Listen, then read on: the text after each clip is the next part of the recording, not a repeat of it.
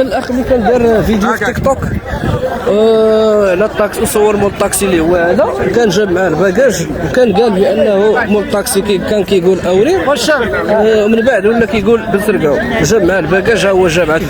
انك انت كتقول واحد الشيفور انه دعا وغير المسار، انا غيرت شي مسار ياك ديت واش وصلتك ولا ما وصلتكش؟ انت حويجه انت وداك الكوليه ديالك ولا لا؟ جاوبني واش وصلتك؟ وصلتني الله يعطيك الخير، ولكن انا غير زعما شاف الساعه كثيره قال بنسرقاو غير الطاح.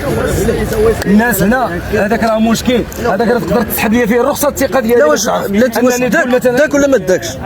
داك هز لك الباكاج، شفنا الفيديو ديال الاخر، واش هز لك الباكاج وداك ولا لا؟ جاوبني ثاني نفس الباكاج، مع العلم ان ديك المره كان مول الطاكسي كان داه، دابا راه عيطوا على النجده، وغادي تجي دابا الا بغى يبان معنا في هذا الفيديو يعتذر راه مزيان، ما بغاش يعتذر غادي نديروا مع الاجراءات القانونيه المسامحه، ولكن راه انت غلطتي لا دابا انت بلاتي. انا قلتها غير ولكن وصلتك ولا ما وصلتش؟ وصلت راه انا اصلا قلتها اليوم، قلت لهم راه شي اللي ضرني في خاطري انا ما تخلص عندي. هو راه قالها قبل كاع ما الطاكسي ديالي 5 راه قالها هو قبل كاع ما نوصلوك انت.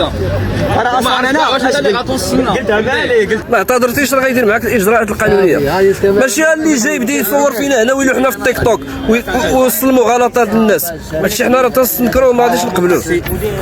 اللي كنا غير كنضحكوا مطلعينها